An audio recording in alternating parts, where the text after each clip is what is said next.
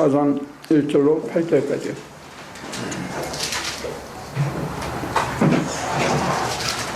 나는 하나님 앞과 산 사람과 죽은 사람을 심판하실 그리스도 예수 앞에서 그분의 나타나심과 그분의 나라를 두고 엄숙히 명령합니다. 그대는 말씀을 선포하십시오. 기회가 좋든지 나쁘든지 꾸준하게 힘쓰십시오. 끝까지 참고 가르치면서 책망하고 경계하고 권면하십시오. 때가 이르면 사람들이 건전한 교훈을 받으려 하지 않고 귀를 즐겁게 하는 말을 들으려고 자기네 욕심에 맞추어 스승을 모아들일 것입니다. 그들은 진리를 듣지 않고 꾸민 이야기에 귀를 기울일 것입니다. 그러나 그대는 모든 일에 정신을 차려서 고난을 참으며 전도자의 일을 하며 그대의 직무를 완수하십시오. 나는 이미 부어드리는 제물로 피를 흘릴 때가 되었고 세상을 떠날 때가 되었습니다. 나는 선한 싸움을 다 싸우고 달려갈 길을 마치고 믿음을 지켰습니다. 이제는 나를 위하여 의의 면류관이 마련되어 있으므로 의로운 재판장이신 주님께서 그날에 그것을 나에게 주실 것이며 나에게만이 아니라 주님께서 나타나시기를 사모하는 모든 사람에게도 주실 것입니다. 의의 면류관이 뭘까요?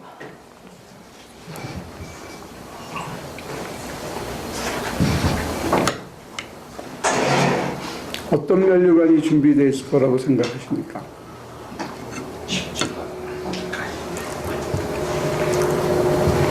여기 본문상에서요? 예. 본문상에서는 부어드리는 제물로 피를 흘릴 때가 되었고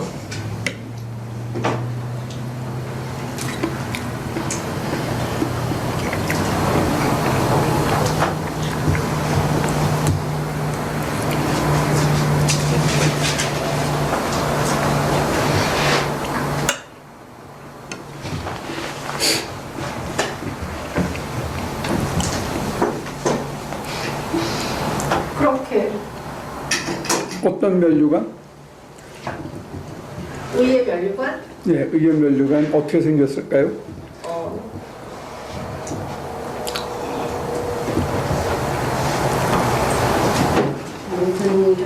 정신을 차려서 고난을 참으며 전도자의 일을 하며 그대의 직무를 완수하십시오. 예, 그래서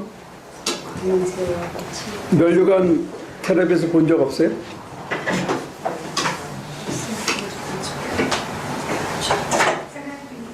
예, 사극 같은 데서 면류관 못 봤어요? 어디서요?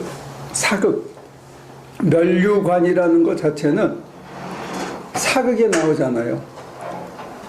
왕이나 높은 사람들이 쓰는 이렇게 해서 주렁주렁 이렇게. 이게 면류관이에요. 근데 원문에는 면류관으로 돼 있지 않고 그 마라톤에서 우승하면 뭘 받죠? 월계관을 받죠. 이거 제가 어제 종강예배 때 했던 본문인데, 전했던 본문인데, 이거를 우리 기도생활하고 매치하기 위해서 제가 본문을 다시 코트하면서 다시 설명을 드리려고 그래요. 근데 제가 어제 여쭤봤어요. 우리 학생들에게 어떤 면류관을 기대하십니까? 지금까지 어떤 저기 문을 닫을래요?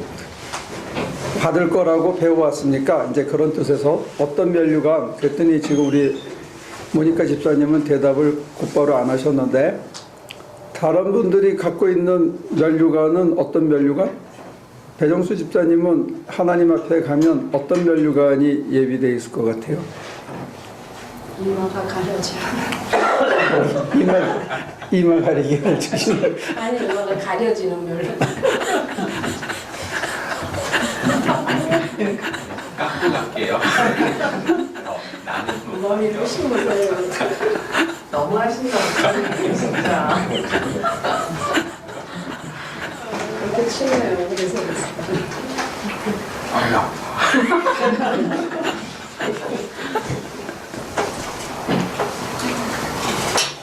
예수님이 쓰신 거하고 같은 거 써야 되지 않나요? 예수님이 쓰신 거랑 같은 걸 쓰고 싶다. 욕심이 과한 거 아니신가요? 가기가 좀 짧고 우리 케냐 가니까 그 가시 길거 있었잖아요. 자라면서 부드러워지고 올라갈수록 어릴 때는 정말로 이렇게 와, 난 그거 보고 정말 리얼 이렇게 확 와닿더라고요. 예수님이 쓰신 면류관이 어떨까. 근데 제가 어제 들은 대답은 금면류관이었어요. 일반 교인들이 기대하는 면류관은 여기서 험한 고생 끝나고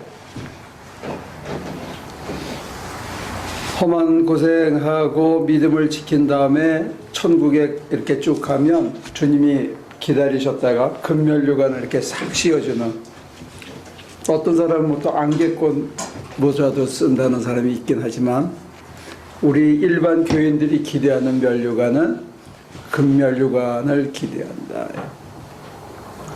여기 재미있는 거는 뭐냐면 3절을 다시 한번 보실래요? 3절, 4절. 때가 이르면 사람들이 건전한 교훈을 받으려 하지 않고 귀를 즐겁게 하는 말을 들으려고 자기네 욕심에 맞추어 스승을 모아들일 것입니다. 그들은 진리를 어떻게 한다고요? 꾸민 이야기에 귀를 기울여. 정인원 목사의 번역에 의하면 사람마다 자기가 좋아하는 하나님을 한 번씩 갖고 계시다 그러더라고요.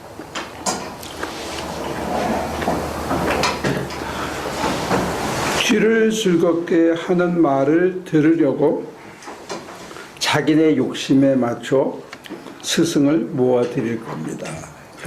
스승 자리에 오르면 듣는 사람들이 듣고 싶어하는 이야기, 귀를 즐겁게 하는 이야기를 해주는 것을 서로가 기대하는, 또 거기에 맞추는 그런 날이 올 거라 그러는데, 지금 바울 선생님의 상황은 어떤 상황이냐면 9절, 10절, 9절이요? 9절, 10절이요. 그대는 속히 나에게로 오십시오. 대만은 이 세상을 사랑해서 나를 버리고 데살로니가로 가고 그레스게는 갈라디아로 가고 디도는 달마디아로 가고 누가만 나와 함께 있습니다. 그대가 올 때에 마가를 데리고 오십시오. 그 사람은 나의 일에 유빈한 사람이에요.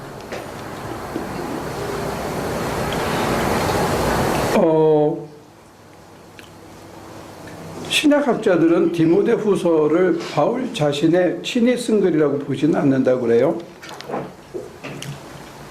바울의 이름을 빌어서 그때 상황에 가장 필요한 메시지를 하나님의 뜻을 전달했다, 이렇게 학자들, 진보적인 학자들은 그렇게 이해하는데, 그 사람들의 의견을 설령 받아들인다 하더라도 내지는 보수적인 입장의 사람들은 당연히 이게 바울이 썼다고 보죠. 두 입장을 우리가 동일하게 고려한다 하더라도 한 가지 분명한 것은 이 디모데 후서가 쓰여진 그 배경이 되는 바울의 말년, 그 바울의 말년에 바울은 어떤 상황에 있었을까 했을 때 주변에 아무도 없는 거예요. 자기 혼자 달랑 남은 상황입니다. 근데 이 사람 마음속에는 내가 부어드릴 재물이 되어질 준비가 되었다. 부어드린다는 것은 피밖에 없거든요. 자기 피를 부어줄 준비가 되었고, 이제 내가 달려갈 길을 다 달려가고 마치면 의의 면류관이 준비되어 있을 거다. 그런데 어떤 면류관이 기대되느냐. 현실의 상황에는 주위에 아무도 없어. 누가 외에는 아무도 없는 상황이에요. 이게 성경 본문에서 암시하고 뜻하는 바인 것 같아요. 주위에 아무도 없어. 지금 어떤 연으로 갔든지 간에, 버리고 달아났든지 간에, 자기가 필요해서 사역지에 뒀든지 간에 지금 굉장히 외로운 상황이고, 이제 서서히 느끼는 거는 곧 육신의 죽음이 다가오고 있다는 것을 절박하게 느끼는 상황이고, 주변에 아무도 없는데 나한테는 면류관이 준비되어 있을 거다. 근데 이렇게 열심히 살아내고 또 주변에 아무도 없는데도 불구하고 흐트러짐 없이 끝까지 자기의 소명을 다하는 사람에게 우리 주님께서는 어떤 면류관을 줄 거냐. 여러분들이 생각할 때는 어떤 면류관을 줄 것 같아요? 가시 면류관을 주실 것 같아요. 박윤정 집사님은 무슨 면류관이요?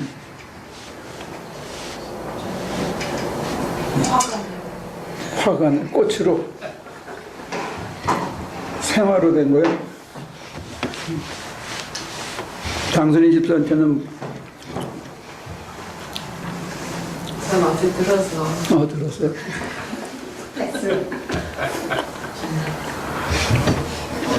김대호 집사님한테는 무슨 관을 주실 것 같아요? 확신이 안 서는데. 확신이 안 서요. 모니카 집사한테는 뭘 줄 것 같아요? 그래도 여기 5년 나왔는데 아마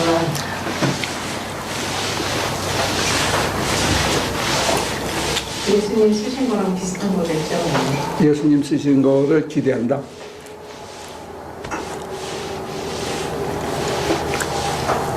필립이 엄마는 무슨 면류관을 주실 거라고 생각합니까?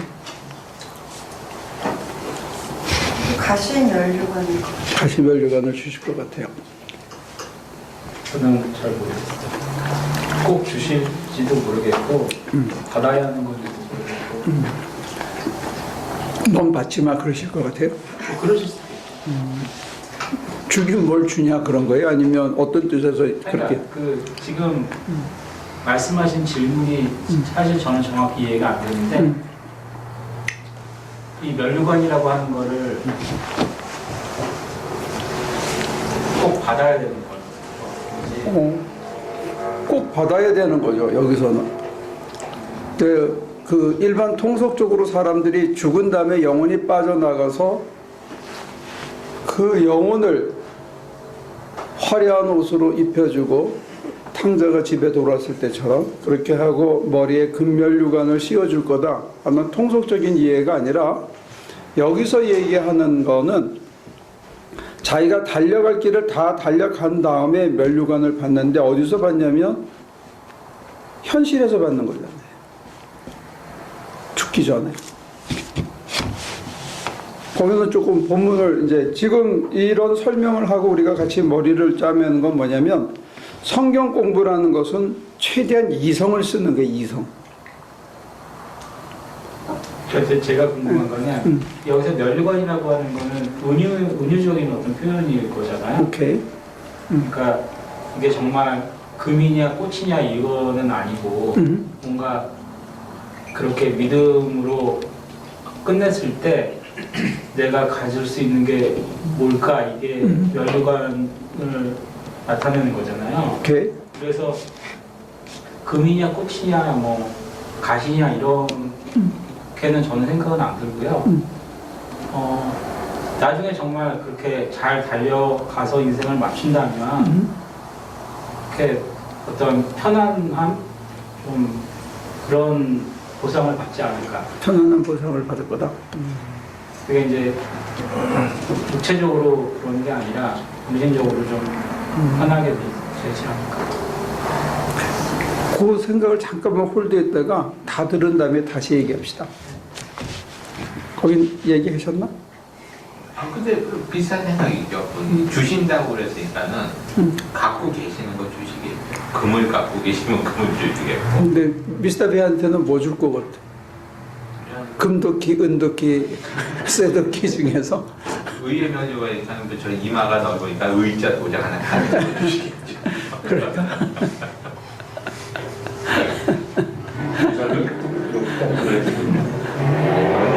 그러니까 제 느낌으로는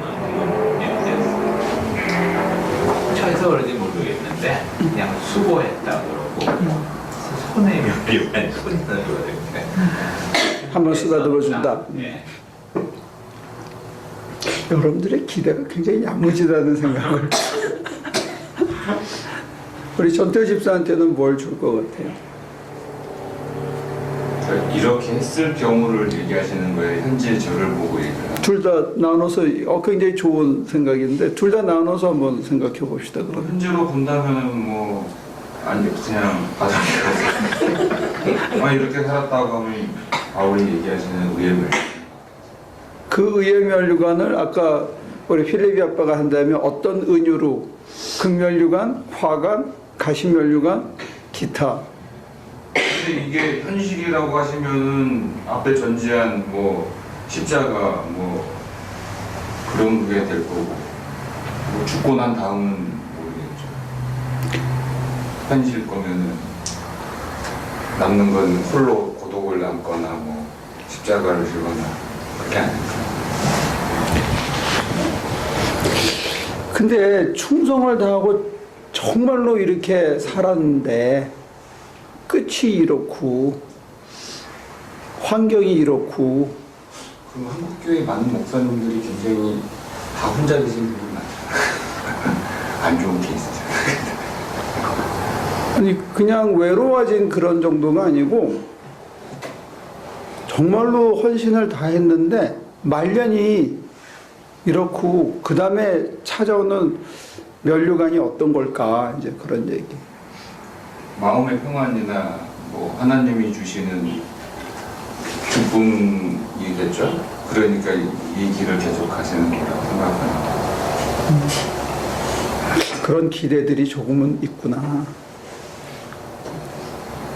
내가 현실에서 개고생하면 적어도 마음은 편하게 해주시지 않을까 끝에 가서는.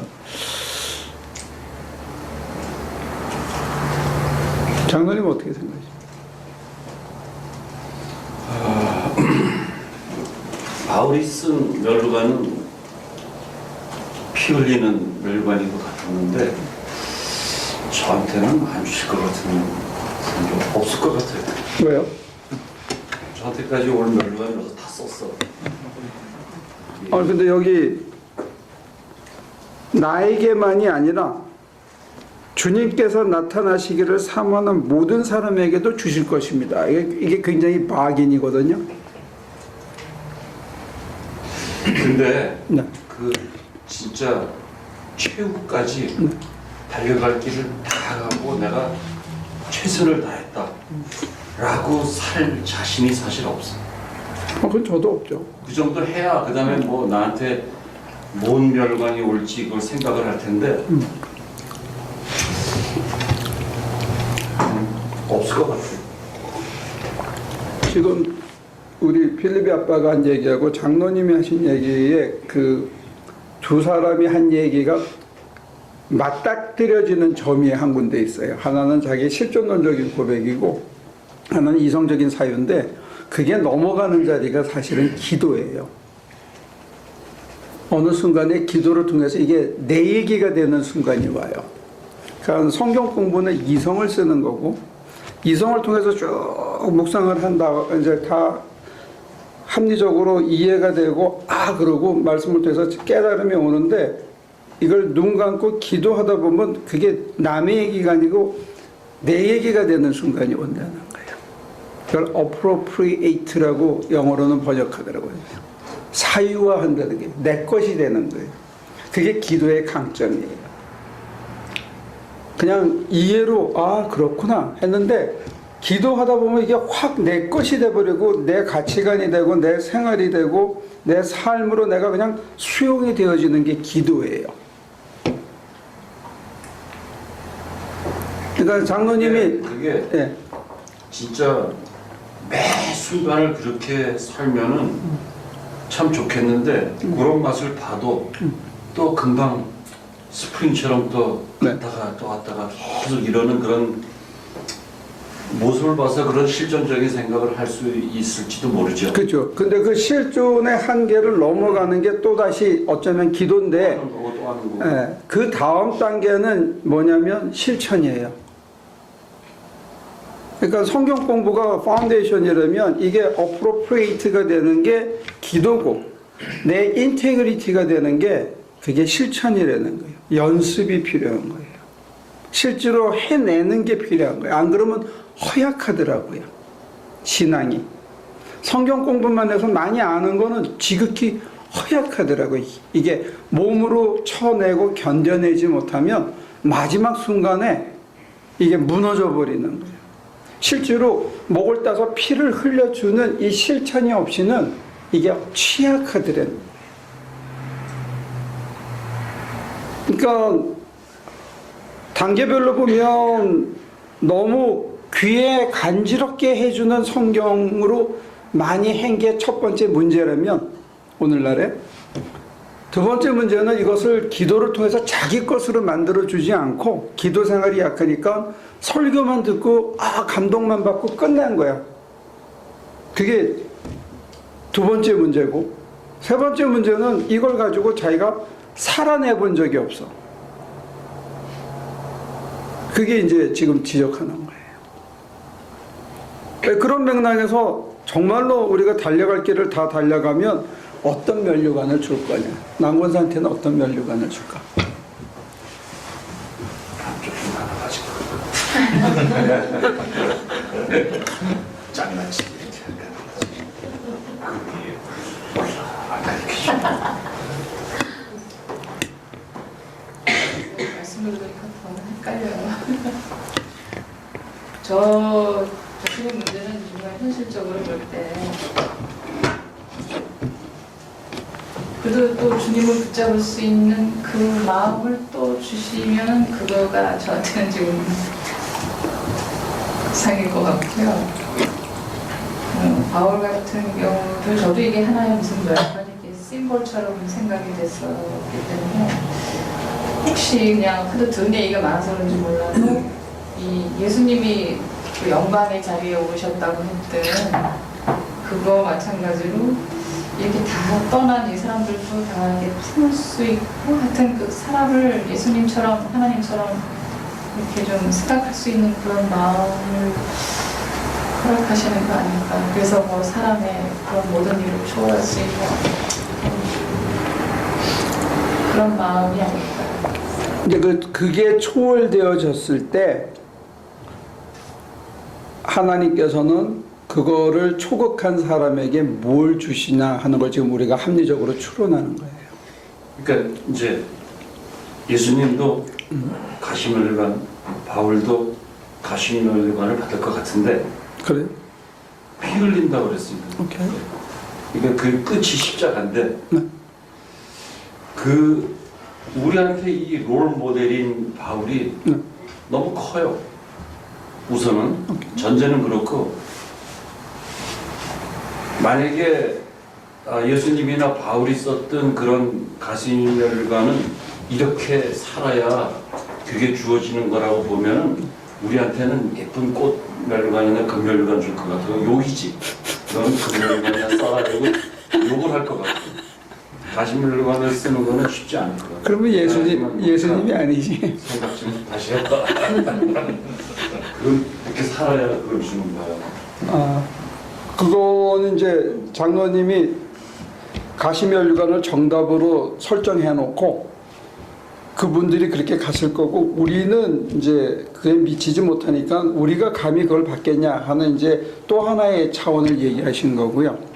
지금 여기서 이제 우리가 혼동스럽게 갖고 있는 통속적인 생각은 뭐냐면 금면류관을 받고 어떤 상급을 받을 거라는 기대치를 사람들에게 집어넣었다는 거예요. 전도 많이 하면 또 헌금 많이 하면 주일 빼먹지 않고 신앙생활하고 애들 다 세례받게 하고 학교 좋은 데 보내면 무슨 상급이 올 거다 이런 기대를 머릿속에 해놓은 게 싶은데 장로님 말씀대로 죽으라고 바울처럼 살면 그 다음에 뭐 주냐 그 아바타 영화를 보면 이렇게 클릭하는 게 있잖아요. 그러면은 그 클릭된 모든 사람들이 이렇게 다 기를 받고 서로 혼연일체 뭐 되는 뭐 그런 거라고 전제를 한다면 뭐 내가 하나님이 되고 하나님이 내가 되는 뭐 이런 뭐 서로 그냥 몸도 마음도 없는 이런 그런 거가 되는 거 아니에요? 그러면 어떤 걸 줄까? 뭐 주고 받을 게 있나요? 그냥 하나님이다. 의의 면류관을 준다며. 어떤 면류관을 주냐 이거지. 누르는 버튼을 주겠죠.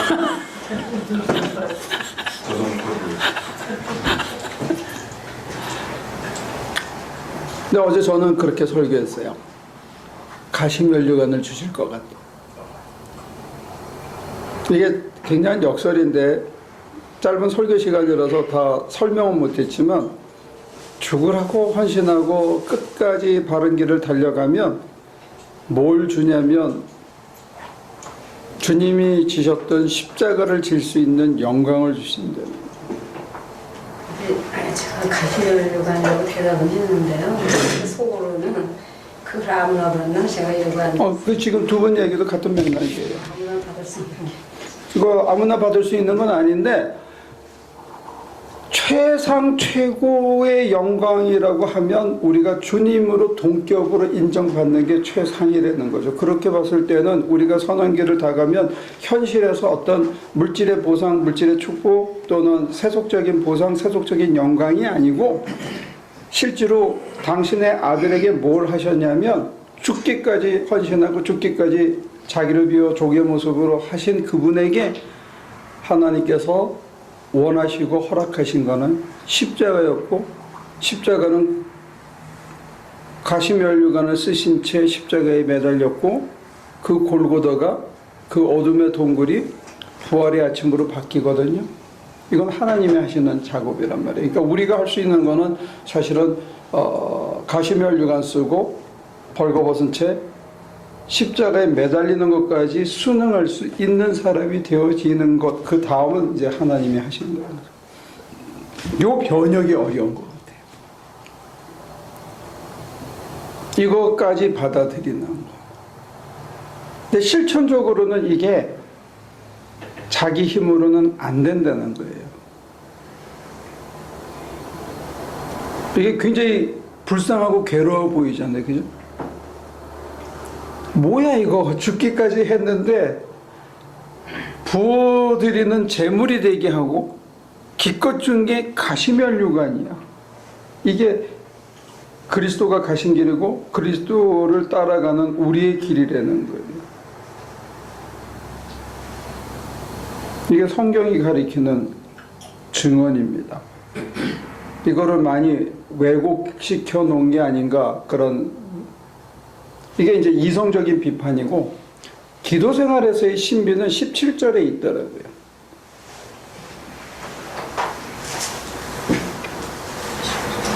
주님께서 내 곁에 서셔서 나에게 힘을 주셨습니다. 그것은 나를 통하여 전도의 말씀이 완전히 전파되게 하시고 모든 이방 사람이 그것을 들을 수 있게 하시려는 것입니다. 언제 서 계셨어요? 항상. 지금 이 편지를 쓰는 상황에 처했을 때는 어떻게 하셨을까요? 그때도 곁에 서 계신다. 가시면류관을 쓰고 십자가에 매달릴 때는 어디 계실까요? 곁에. 어두운 동굴에 들어갈 때 어디에 계실까요? 여기에 대한 모티브를 잡은 사람이 몰트만이라는 사람이에요. 신학자 중에. God on the cross. 십자가에 매달리신 하나님. 예수를 홀로 버려두지 않으시고 십자가에 함께 매달리셨고, 유대인들이 가스챔버에 죽을 때 그 챔버에 같이 가스실에서 고통을 받으신 하나님, 이런 컨셉을 찾았어요. 그 하나님이 계시다는 그거 하나 때문에 어떤 시련도 이겨낸 거예요. 끝까지. 근데 이거는 이성으로는 설명이 돼요. 근데 남의 얘기예요. 언제까지? 기도를 통해서 하나님이 내 옆에 계신 게 느껴져야만 이게 자기께 돼요. 그리고 아까 우리 장로님이 맛을 봤다가 스프링처럼 들여다가 맛을 봤다 했는데, 그때마다 무너지지 않고 또다시 챌린지하고 또 머리를 디밀고 또 머리를 디밀고 실패도 또 머리를 디밀고 하나님이 하시도록 끊임없이 머리를 디미는 이 반복을 통해서 또 실패했어요. 하나님 죄송해요. 이 끊임없는 이 자세를 통해서 우리가 자기 있게 되어진다는.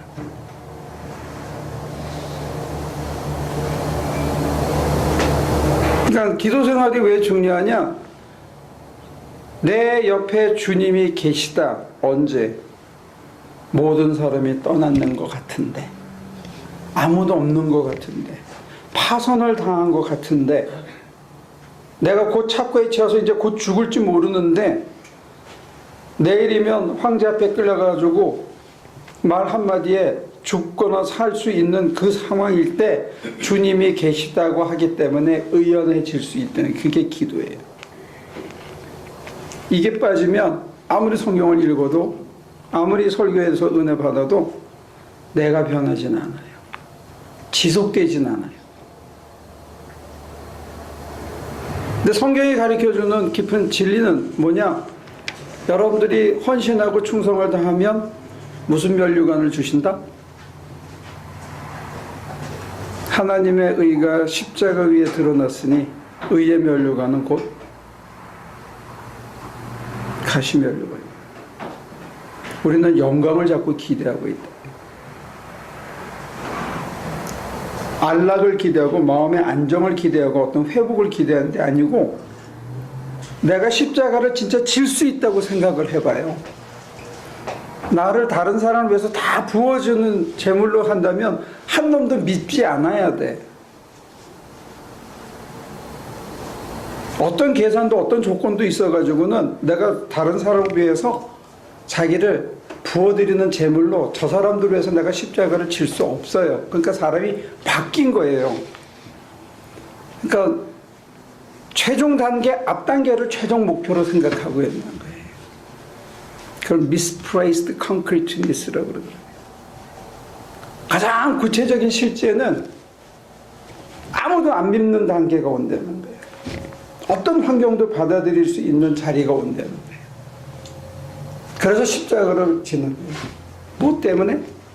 내 곁에 계신 주님 때문에. 저는 그 십자가를 진다는 컨셉이 그러니까 왔다 갔다 하는데요. 그러니까 어떤 때 문맥상 들을 때는 그러니까 목사님이 지금 얘기하시는 십자가는 우리가 이런 식으로 신앙생활을 하다가 어느 순간에 전국에 가서 한 번 지는 건지 아니면 사실 매일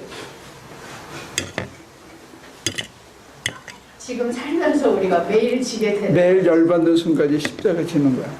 그러니까요. 그러니까 저는 십자가라는 게 그렇게 그러니까 예전에 생각할 때는 먼 남의 얘기 같았단 말이에요. 그래서 내가 질 수도 있고 안 질 수도 있는 거라고 생각을 했거든요. 근데 일상생활에서 내가 그 원하는 반대 방향, 하나님을 의식한 이후에 하나님이 원하시는 길은 이거일 거야. 또 목사님한테 들은 거하고 그러니까 어느 순간부터 내가 하고 싶은 거, 내가 잘하는 거에 반대, 내가 불편한 거, 내가 정말 하기 싫은 거, 내가 제일 하기 싫은 거가 하나님이 원하시는 거야 라고 생각한 다음부터는 저는 매일매일이 내가 지는 십자가가 있던데 그러면 더 나아가기 전에 네. 그 십자가를 지고 죽었어, 살았어? 죽었던 때도 있고 살았던 때도 있지만 아니, 결국 그 십자가를 졌을 때 살은 것 같아? 피했을 때 사는 것 같아? 하기 전에는 죽을 것 같은데 하고 나면 살 것 같았어요. 그건 부활이라고. 근데 신기한 거는 또 그 상황이 올 때는 죽기보다 하기 싫은 거예요. 그래요. 근데 한 번 해봤기 때문에 그냥 또 하게 되는 거예요. 근데 어쩔 때는 그것에 대한 그게 누적이 돼서 그게 하나님을 향한 크레딧이 쌓이기 때문에 내가 자꾸 신뢰할 수밖에 없는 거예요. 이 죽는 길이 사는 길이라는 게 끊임없이 반복되어졌기 때문에 몸이 그걸 기억한단 말이에요.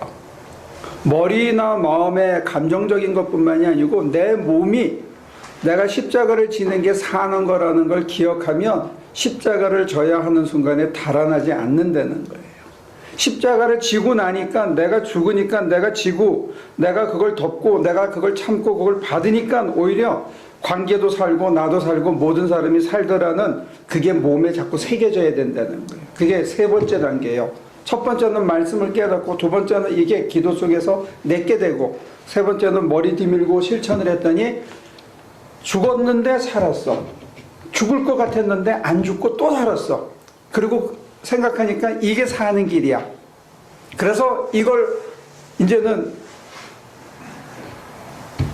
누가 그러대 우리 교회 오면 늪에 빠지는 것 같다고.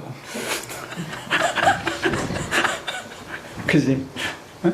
늪에 빠지게 이게 달아날 수도 없고 참 늪에 빠지는 거야. 그래서 근데 이게 안 맞으면 벌써 달아났지. 힘들어도 이게 맞는 것 같으니까 자꾸 늪에 빠지듯이 끌려가는 거라고. 그건 나도 마찬가지예요. 나는 안 힘들겠냐고. 응? 필립이 아빠. 나는 안 힘들겠어? 하시겠죠. 어? 나도 그걸 짓기 전에는 죽을 것 같아. 왜 나만?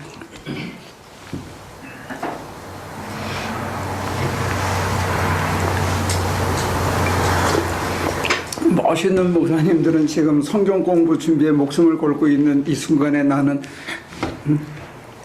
블루베리 효소를 병에 담고 있어요. 감도 들어요.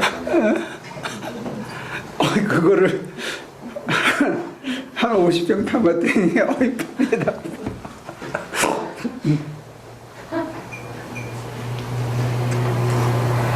말씀 준비에 목숨을 걸어야 되는데 블루베리 담는데 팔을 떨어뜨리고 있으니 되겠어? 나도 힘들다고요. 왜 하냐? 이게 사는 길이라고 믿어지니까 나는.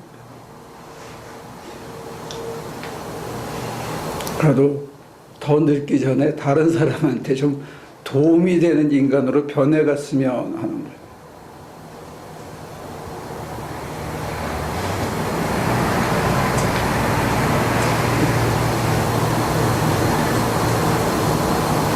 그러면 그 연료관을 쓴다라고 하는 거가 죽어서 이렇게 한번 죽어서 저는 사실 그거는 믿지는 않지만 그런 컨셉 그런 어떤 실제가 있다라고 치면 죽어서 이렇게 한번 주어지는 그런 거는 아니네요, 그죠? 매일 받을 수도 있는 거 아닌가요? 매일 받는 거에 대한 강조점이 있겠죠. 그리고 우리가 상상하는 육신이 썩고 그리고 어떤 상태로 될지 모르지만 우리가 고백하는 거는 그 자리에도 주님이 곁에 계시다 하는 고백이죠. 그게 세상 사람들한테는 지옥으로 보이고 세상 사람들에게는 무인도로 보일지라도 내게는 동일한 거겠죠. 옆에 주님이 곁에 계시기 때문에. 다들 천당 가려고들 기쓰는데 너무 그러지 말고 우리 중에 몇 사람은 지옥 가가지고 전도할지도 몰라. 그것도 괜찮은 거야. 안 그렇겠어? 재수 대기 없는 것이면 어떡하겠어. 지옥 가서 또 전도하라면 해야지. 하나교회 오면 다 지옥 간다.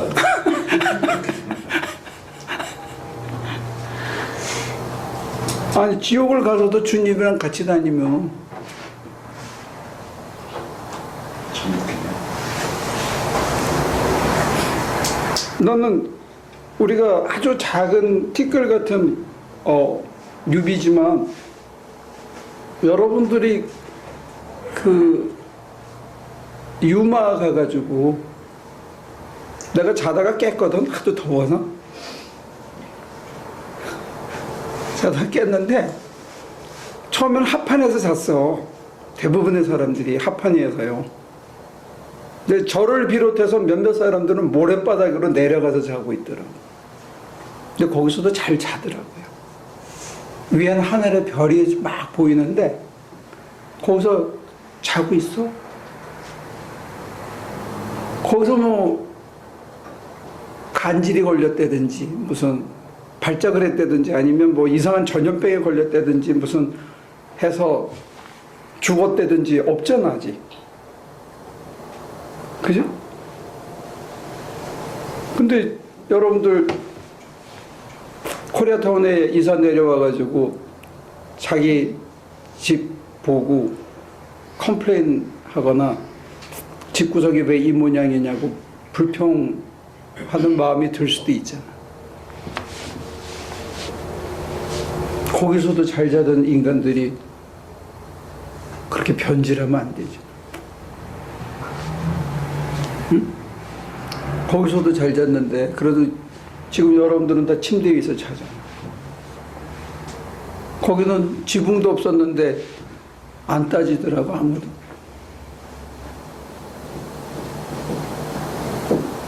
근데 왜 지금 서로 불평 가지고 그러면 안 되지? 그럼 어디가 지옥이야? 그럼 무슨 의미가 있어? 우리가 세워놓는 잣대라는 게 하나도 안 맞잖아요, 실제로. 잘만 먹더라고. 여자들도 곱빼기로 먹고 말이야. 내가 그 멕시코 가가지고 길들여진 그거를 보니까 두 가지 생각이 드는데, 지난번에 베이커스필드에 가서 석류를 따는데 이상하게 힘이 드는 거예요. 한 11시 한 10분 지났는데 왜 이렇게 힘이 들지? 이거 석류 뭐 노동을 치는 것도 아니고 매달린 거 따는 건데 왜 이렇게 힘이 드나? 그러니까 이게 노동 칠 때는 이렇게 이런 막리를 할 때는 간식이 나와야 되는데 간식이 안 주는 거야. 그러니까 되게 힘들더라고. 간식 먹고 쉬어야 할 시간에 그걸 계속 일을 하니까 힘들더라고. 그러니까 이게 아주 나쁘게 세뇌가 된 거예요, 우리가. 그러니까 간식만 조금 주면 힘든지 모르고 또 노예 짓을 하거든. 근데 더 좋은 환경에 살면서 우리한테 컴플레인이 나온다. 우리가 어떤 명분 있는 일을 안 하고 산다는 얘기예요. 의미를 주는 일을 같이 안 하고 있다는 얘기라고.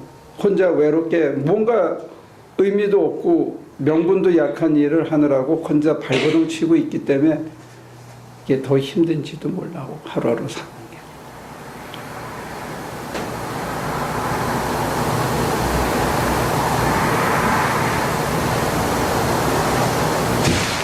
게. 여러분들에게 가시면류관을 하나씩 주시면 감사하겠습니까?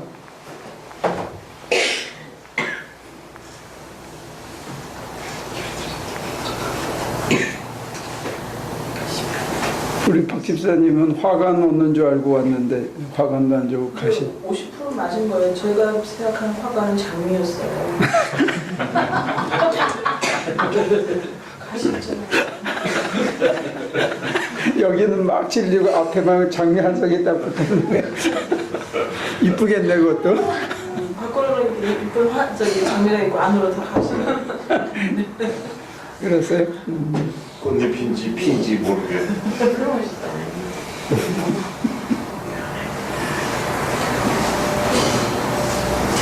우리는 승리 이런 뜻을 자꾸 생각하고 있어요. 월계관. 그런 거 아니라는 거예요. 목사님이 그 수업 시간에가 이제 저희들 보고 잔잔한, 화려하진 않지만 마음에 잔잔한 평화가 있었으면 좋겠다, 그런 말씀 하셨잖아요. 잔잔한 행복감. 예. 잔잔한 행복감. 그러니까 힘들기도 하지만 뭐 이렇게 남을 위해서 시간도 써야 되고 뭐 여러 가지로 힘들기도 하지만 그것과 동시에 그런 것들이 오는 거잖아요. 예. 또 이게 계속 이렇게 저는 이렇게 수레바퀴라고 그러나 이렇게 계속 도는 그런 개념이 아닐까. 그런데 가치관에서부터 프라이어리티가 바뀌는 것뿐만이 아니고 내가 돈 씀씀이나 시간 씀씀이까지 바뀌어야 잔잔한 행복감이 유지가 된다는 거예요. 여러분들이 어딘가가 구멍이 새고 있다는 거예요. 돈 씀씀이라든지 시간 씀씀이라든지 마음 씀씀이라든지 실제로 쓰는 데서 어딘가가 빵꾸가 나 있기 때문에 그 잔잔한 행복감이 유지가 안 된다는 거예요. 주님이 곁에 서 계시는 건 어떤 상황, 어떤 자리에서도 같이 계셔서 우리에게 말씀하시는데 우리가 어디에 선가가 자꾸 새는 거야, 그게.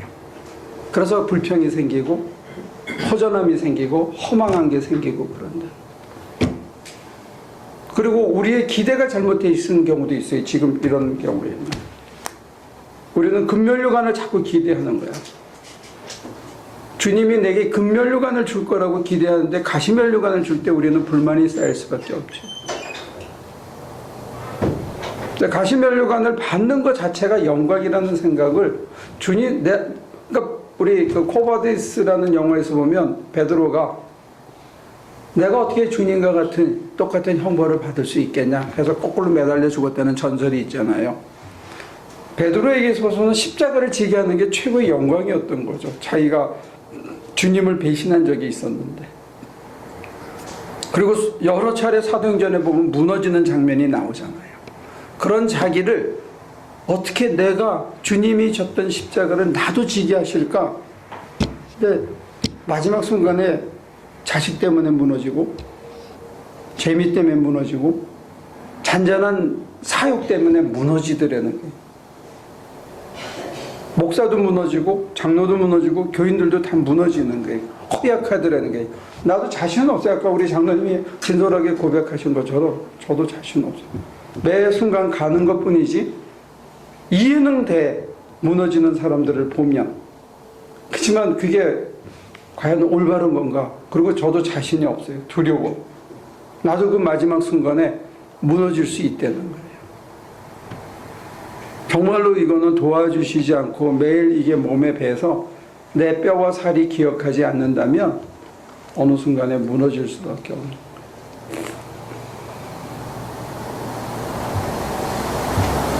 그럼 누구도 장담하기는 어려울 거예요.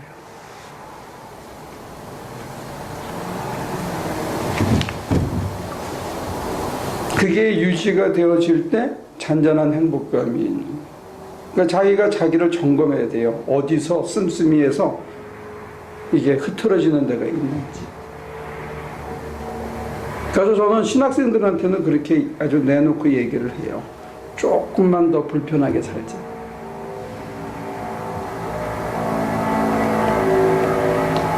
지금보다 조금만 더 불편하게 살면 계속 나이가 들수록 늘어지거든. 계속 조금만 불편하게 살면 되지 않을까, 실천적으로.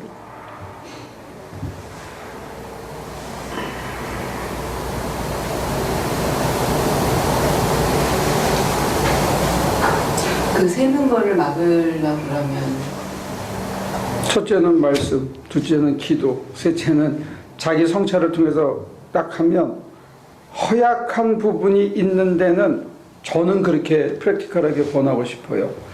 내가 여기 가면 무너진다 그러면 한 3걸음 가까이 그 근처 가지 말라 이거야지.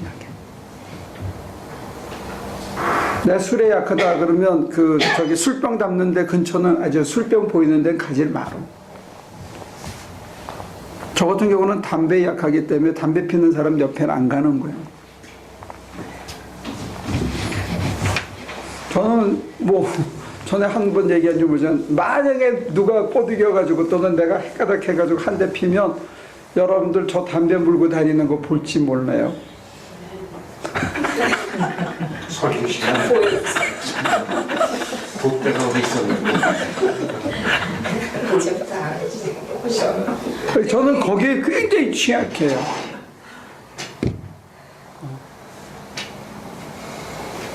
그리고 저기 라스베가스 가더라도 이거 안 하잖아요. 나는 취약하거든요. 저도 굉장히 약해요. 그래서 안 가요. 승부욕 있는 분들이 이게 약하다고. 그래서 저는 한번 그런 경험이 있어요. 꽤 오래됐는데 그날 20년 넘은 것 같은데 거기 갔다가 꼭 한 번 하고 싶어. 그래서 지갑 다 내려놓고 드라마 센서하고 100불짜리만 딱 끝내가지고 나왔어. 혼자 밤새도록 놀았어 그거. 그래서 잘 놀았다. 100불어치 잘 놀았다 이러고 들어온 적이 있어요. 그렇게 안 하면 저도 그 컨트롤을 못해요. 자기가 컨트롤이 안 되는 데는 가질 마. 저는 술집에는 가도 괜찮아요. 술은 컨트롤이 되고 마시질 않아요. 근데 뭐 어쩌다가 마신다 하더라도 한 병까지도 못 먹으니까 안 하는데 이 담배, 도박 이런 데는 가까이 안 가지. 그리고 어떤 사람들은 명예 이런 데 가면 확 넘어지는 사람들이 있어요. 그래서 그런지 하나님께서 저는 돈 안 버는 명예는 많이 주시는 것 같아요. 돈이 안 되는 데만.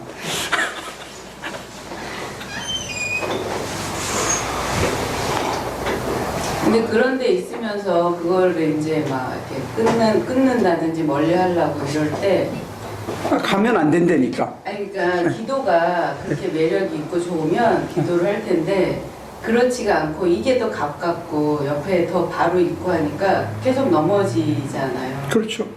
그러니까 문제는 기도가 재미있든지 거기에 매력이 있든지 기도 자체가 매력도 있는데 자기가 냉정하게 비교하는 것도 있어야 될 거예요. 뭘 비교하냐면 내가 오늘 기도 생활 속에서 눈에 긴장이나 조여오던거나 어떤 속에 조바심이나 이런 모든 심정적인 어떤 출렁이 있는 것을 기도 속에서 내려놓고 하루를 산 거하고 조금 더 자자 그래가지고 한 다음에 짜증내고 불만 있고 옆 사람하고 부딪히고 퉁퉁거리고 하루를 지냈던 내 삶과 그로 인한 내 인테그리티의 변화를 자기가 냉철하게 볼 필요가 있다는 거예요. 아까 십자가를 질 때하고 지지 않을 때 죽을 것 같은데 졌을 때 이게 산 거고 그냥 승질대로 다 하고 났을 때 오히려 더 나빠졌다는 이 비교를 통해서 점점 어쩔 수 없이 그러니까 머리의 깨달음이 자기 몸으로 실천이 되어져야 된다고 보는 거예요.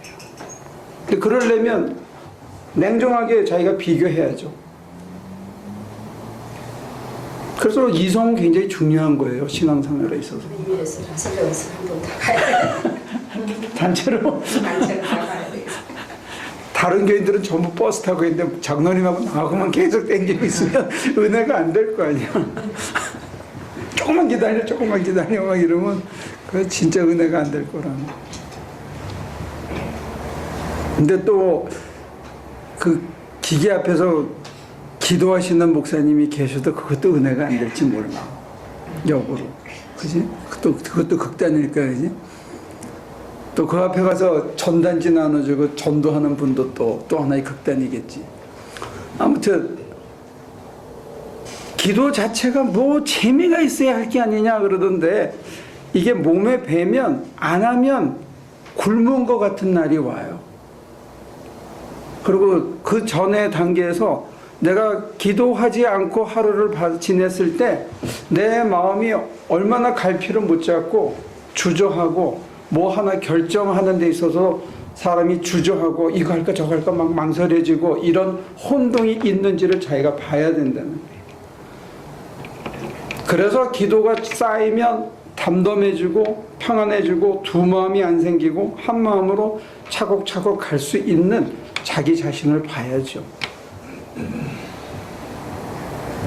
마치 그런 것 같아요. 어제 우리 그 교직원들하고 가조 우동을 끓여 먹었거나 같이 먹었어. 근데 내 입엔 좀 짜더라고. 그래서 건더기를 이렇게 건져서 먹었는데 그 앞에 앉은 다른 그 목사님들이 뭐라면 야 누가 끓였는지 간이 딱 맞네 좋다고 그러더라고.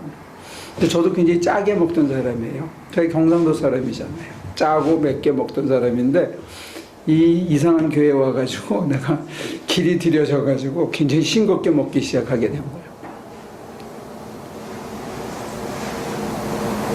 근데 나가서 먹으면 음식이 짜다 하는 거를 내가 느껴요. 교회보다. 우리 교회도 요즘 조금 짜졌어. 1, 2년 전보다. 못 느끼죠, 여러분들? 주일날 먹는 음식이 좀 짜졌어. 그냥 길들이는 대로 그냥 가요. 그런 것처럼 음식도 입는 것도 이게 길들여지는 used to, 영어에서는 used to라고 하잖아요. 그죠? 그렇게 되어지는 것 같아요. 기도가 여러분들이 습관이 됐으면 좋겠어요. 매일 밥 먹는 것 이상으로 중요한. 그리고 한 힌트는 아침이나 저녁에 하는 매일의 공양이나 기도가 중요하지만 마음이 출렁거리고 분이 생기고 주저함이 생기고 다운되고 할 때 빨리 마음을 하나님께 모으는 매 순간 일상에서 그것도 큰 요령이에요. 우리가 이렇게 늘어져가 앉았다가 나 이러면 안 되지 그리고 이렇게 다시 자세를 바로 잡듯이 마음이 흔들리고 막 주변이 산만하고 그렇게 하고 내가 지쳐지고 이럴 때 빨리 자세를 마음의 자세를 가다듬어 하나님에게 내 중심을 포커스를 맞추고 내 중심을 드리는 이게 필요하다는 거예요. 그리고 기도에서는 할 수만 있으면 여러분들이 기도를 하다 보면 감정의 출렁이가 찌꺼기나 우선 분하고 억울하고 이런 것들이 쌓여 있는 것뿐만이 아니라 그걸 하나님께 드려야 되는 게 중요할 뿐만이 아니라 더 중요한 거는 그걸 관찰하고 있는 내가 뒤에 있다는 거예요. 이 옛자아가 있다는 거예요. 옛자아에 묻어있는 감정의 응어리만 여러분들이 드리는데 그 자아마저 부어드리는 제물로 십자가에 져서 하나님께서 나를 오늘 다시 창조하도록 나를 내어드리지 않고 옛자아는 그대로 꼿꼿하게 그 철갑 오징어, 갑 오징어처럼 뼈가 내 속에 뒤에 이렇게 딱 서서 이 뒤에 내가 있어서 나를 쳐다보고 있는 그렇게 하면 기도 생활은 진전이 없다는 거예요. 여러분들이 인격에도 변화가 오고 그걸 드려야 돼. 아까워하지 말고. 한번 드려보는 거예요. 죽는지 안 죽는지. 하나님께서 어떻게 하시는지 한번 드려야 되는 거예요. 여러분들은 나는 거기에 있어서 내 감정만 정결해도 나는 깨끗하게 남은 상태로 옛 자아를 나라고 붙들고 그거를 고집하고 있다는 거예요. 그러면 하나님이 어떻게 타치하시기가 어려운 거예요. 여러분들이 넘어가야 될 단계 중에 하나가 감정의 찌꺼리를 다 하고 맑아진 상태에서 하나님을 바라보고 있는 거기서 멈추면 안 된다는 거예요. 기도를. 멈추지 말고 그걸 드려. 갑오징어의 갑을 빳빳한 것을 드려야 돼. 그래서 내가 없어져 보는 거예요. 근데 실제로 없어지는지 하나님 안에서 더 풍성해지는지를 여러분들이 각자가 점검하셔야 돼요. 제 얘기만 들어서 되는 게 아니고 저는 가이드예요. 여러분들이 직접 하셔야 된다고요. 근데 얘기를 들어보면 여러분들 하신 얘기를 들어보면 감정의 찌꺼기를 내려놓고 다 드리는 것까지는 왔는데 왜 재미가 없냐? 나를 다 드리고 나서 새롭게 빚어진 나는 재밌어. 다른 재미가 있어. 신성함이 있고 안정감이 있고 충만함이 있다는 거예요. 지금 거기를 여러분들이 드리지 않는 것 같아요.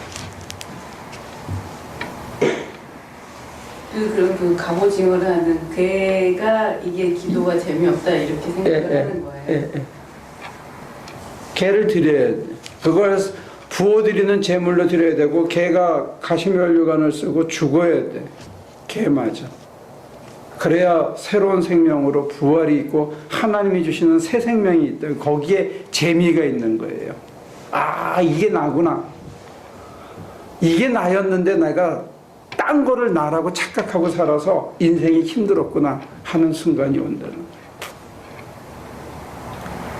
바울의 표현대로면 썩어질 옛사람을 붙잡고 새로운 피조물이 못된 상태에서 살아가는 거예요.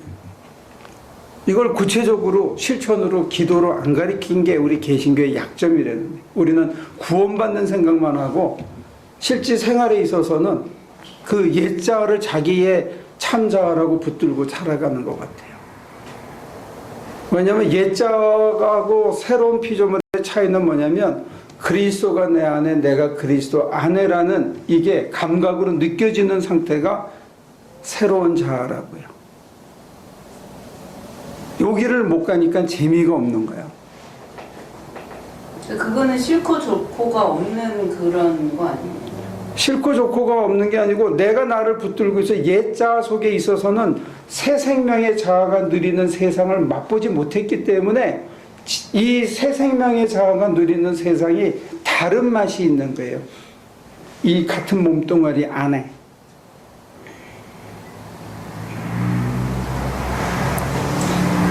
모든 게 다 좋아지는 거예요? 아니면 싫고 좋고가 없는 그 같은 말인가요? 둘 다 다르긴 한데 둘 다 따라오는 것 같아요. 싫은 게 딱 들어오는데 에이 그래 봤자지. 깨달음이 같이 와서 상쇄가 되기도 하고 시차적으로 그게 익숙해지면 그렇게 분별하지 않으려고 그냥 털어버리기도 하고 그건 부차적인 거고 지금 중요한 거는 나라고 고집하는 나를 마저 하나님께 드리는 거예요. 아까 다 드리면 유비적으로 얘기하면 다 드리고 달려갈 길을 다 가면 그 다음에 뭐 하라 그런다고? 죽으라 그런다고. 살려주는 게 아니고 죽으라 그런다고. 그걸 믿고 죽어야 곁에 계신 거예요. 이게 유비적인 알레고리컬한 해석이에요. 내가 하나님에게 다 드리고 믿고 맡기고 다 드리면 하나님이 그 다음에 뭘 원하냐면 너를 원하는 거예요.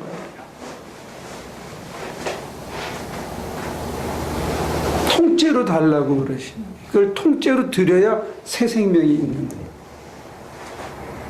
거기서 우리 식구들이 걸려 있는 것 같아요. 몇 사람들이 빨리 치고 나가야 돼, 이게. 우리가 몇 사람이 빨리 치고 나가야 이게 그 힘으로 다른 사람이 같이 갈 수가 있어. 하나님의 충만한 임재가 느껴지잖아? 그러면 나를 그 바다에 확 던져야 돼. 그래서 그분이 내 안에 충만히 계신 게 같이 느껴져야 돼. 그리고 그분이 늘 같이 계셔서 살아가는 내가 비로소 참된 나라는 걸 받아들여야 돼. 그 하나님이 내게 계시지 않을 때 나는 이상한 짓을 할 수밖에 없는 옛자로 자꾸 되돌아가고 있다는 거예요. 그 되돌아가는 감각을 우리는 죄성이라는 단어로 붙였어요. 그래서 인간은 악하다고 규정을 한 거예요. 계속 돌아가기 때문에. 그게 되살아나는 것처럼 자꾸 얘기하는 거예요. 근데 나는 그건 유비가 틀렸다고 생각해요. 우리가 죄성이고 죄밖에 지을 수 없다면 하나님이 우리 안에 공지하실 수가 없어요. 하나님께서 신성으로 우리를 친히 충만케 하신다고 그랬거든요. 충만케 하시기 위해서 내가 자유로이 자유를 반납하고 나를 다 내 던지는 거야. 그분의 바다에. 그래서 그분이 내 안에 오셨는데 내가 사라져야 맞거든. 다 드렸으니까, 죽었으니까, 없어져야, 소멸돼야 맞는데 소멸되지 않고 신성으로 충만하더라는 거예요. 이게 저 개인적인 고백으로는 양성론에서 교리화시킨 것 같아요. 참 인간이며 참 하나님의 모습이 우리 속에서 재현되더라는 거예요. 기도생활 속에서 나는 충분히 인간이야, 여전히. 그런데 내 안에 하나님으로 충만해. 그래서 옛날처럼 생각하지 않게 된 거예요, 이제는. 그렇지만 여전히 인간으로서의 한계는 여전히 갖고 있고, 여전히 넘어지기도 하고, 여전히 유혹받기도 하는데, 차이점은 뭐냐면, 그거가 내가 보이기 시작하기 때문에 하나님께 다 드려서 하나님이 내게 늘 가득 채워줘서 같이 사는 삶을 살아가기 시작한다. 나는 이게 보편화됐으면 좋겠어요. 그럼 사는 게 좋아질 뿐만이 아니고 보편화되면 우리가 성경의 진리를 좀 확산할 수 있지 않나 생각해. 여러분들의 경험이 보편화되고 이게 다른 사람에게 증거되어져서 이 경험을 쉐어하는 사람들이 더 늘어났으면 좋겠다는 바람을 이제는 가져요.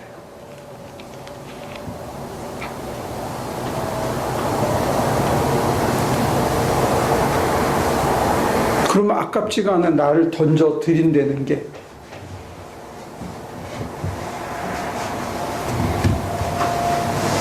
이게 좀 여럿이 그렇게 다 그렇게 된다면 이게 좀 더 쉬워질. 네, 그럼요. 그럼요. 목사가 혼자 개인이 할 수 있는 일이라는 게 지극히 작아요. 예를 들어서 제가 뭐 나가서 혼자 돈을 벌어가지고 뭘 하든지 간에 빌 게이츠조차도 자기가 20억 불인가를 내놔가지고 친환경 에너지 뭐 개발에 내놨다며 왜 혼자 안 하고 여러 사람이 하게 하잖아요. 목사가 어떤 좋은 뜻을 가지고 뭘 하자 하고 얘기했을 때는 저 혼자 할 수 있는 거는 얼마 안 돼요. 그렇지만 구심점이 돼서 이렇게 하자 했을 때 여러 사람들이 함께 참여하면 이게 증폭될 수 있잖아요. 그 힘이. 그리고 또 저도 점검을 받고 그런 모아진 힘이 얼마나 엄청난 일을 할 수가 있는 거죠. 그렇게 되어질 때 이걸 무브먼트라고 그래요. 아주사에서 1907년에 무브먼트가 있었어요. 그 이후로 미국은 사실은 약해요. 그 파생 브랜치들이 계속 이어져 오는 거고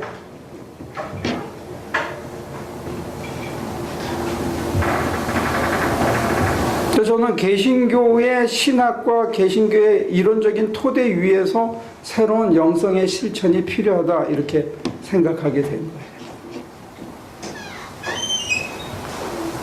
개신교 신학은 굉장히 위대해요. 인간 이해에서 아주 탁월한 면이 있어요. 그런데 문제는 뭐냐면 우리가 이런 거를 실천하는 이론적인 체계나 연습이 약했던 게 아닌가 싶어요. 그럼 갑오징어를 갑을 빨리 빼야 되겠다. 그래서 하나님의 내 안에 충만히 계신 거를 그걸 체험을 해야 돼요. 그때 비로소 이게 나구나. 야, 내가 왜 진짜 이런 세상을 누리지 못하고 살았나? 왜 딴 거에 이렇게 연연하고 살았나? 이제 나는 다시는 뒤돌아가지 않겠다. 힘들더라도 나는 이 길을 간다. 그래야 이게 재미가 붙죠. 귀가 즐거운 게 아니고 여기서는 귀를 즐겁게 해줄 스승을 찾는다 그랬는데 귀를 즐겁게 해주는 게 아니고 자기 전 존재를 잔잔한 충만함으로 잔잔한 행복감으로 늘 살아가게 해주는 그게 있어야 된다. 내가 갑자기 붕 뛰었나? 쥐죽은 듯이 조용하지? 기도하기만 하시면 기도하기만 하시면 오늘 제가 힌트를 드린 거는 두 가지인데 갑오징어처럼 뒤에서 나를 관찰하고 있는 그 맑아진 나를 드려야 된다는 게 한 가지 힌트고 두 번째 힌트는 마음이 요동치고 할 때 다운되고 허물어지고 분해지고 이럴 때 빨리 정신을 차리고 대낮에 저녁에 밥할 때 아니면 저녁에 테레비 보다가 승질나고 막 부딪힐 때 빨리 내 중심을 하나님께 빨리 모으려는 거예요. 그래야 하나님께서 여러분들에게 가시면류관을 주셔요. 그거를 고통스럽지만 받아 쓰고 십자가에 매달려서 나를 포기한다는 게 정말 고통스럽고 못으로 찔리는 순간적인 고통이 있지만 그게 우리가 사는 길이래요. 거기서 나를 포기할 때, 내 생각을 포기할 때, 내 주장을 포기할 때, 내 기호나 유혹을 포기할 때 다시 생명으로 태어나는 그 체험이 있대요. 이게 예수님이 보여주셨던 그런 십자가의 길의 어떤 표상일 뿐만이 아니고 우리들 것으로 appropriate 해야 된다는 거예요. 내 것으로. 내 것으로 incarnation 돼, 육화돼야 되는 거예요. 그의 말씀이, 그가 보여주신 그 행적이 매일의 생활 속에서 우리 안에서 육화되어야 된다는 거예요. 화육되어야 된다. 말씀이 육신이 되어 우리 가운데 드러나야 우리가 독생자의 영광을 드러낼 수가 있다. 그러면 재밌어요. 이 재미가 세상 재미하고는 다른 재미가 있어요. 뿌듯한 재미가 있어요. 뿌듯한. 응? 돈으로 못 사는 뿌듯한 재미가 있다.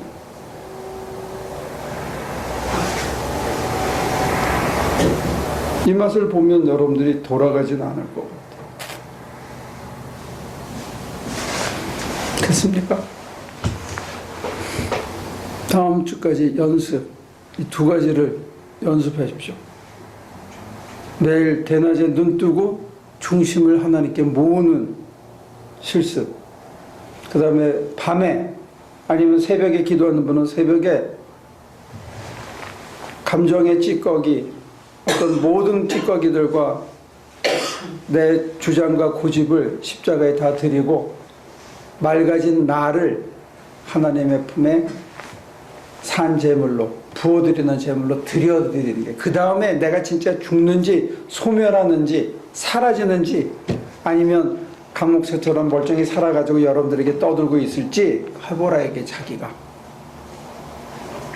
여러분 각자의 것이 돼야 된다는 거예요. 이 두 가지를 실습을 한 다음에 우리 다음 주에 다시 만나서 더 심도 있는 얘기를 한번 해봅시다. 기도합니다. 하나님,